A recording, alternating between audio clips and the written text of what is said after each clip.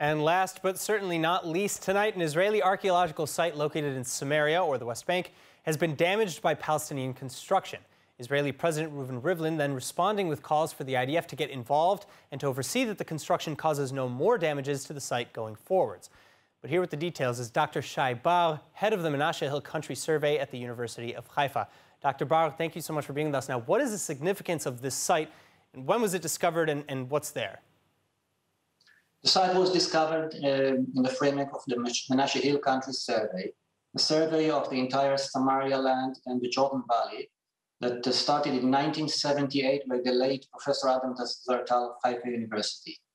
It's an ongoing project, 45 years, and when researching the Mount Eival area north of Shechem, an area that has almost no other archaeological site because it's far away from water sources and it's high and desolated, he stumbled upon this unique site, which he dated to the Iron Age one. He excavated this already in the 80s, late 80s, and preliminary published it. And he suggested that this is the cultic place from the Iron Age one, approximately the 12th century BCE, that is mentioned in the Bible, in Deuteronomy 27 and in Joshua 8, where the Israeli people became a nation, where Joshua built this altar, where the curses and the blessings, the ceremony was held, part of it, of course, the other part site on Mount Gerizim.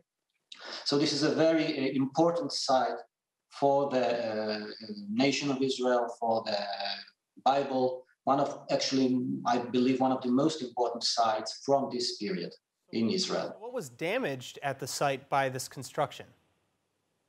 Well, the site has three parts. The main part is the structure, what I call the main structure, or the structure of the altar itself, which is a rectangular 9 by 7 meters structures, abutted by 2 paved courtyards and a ramp leading to the upper part of the structure. So this was not harder. This is the heart of the site.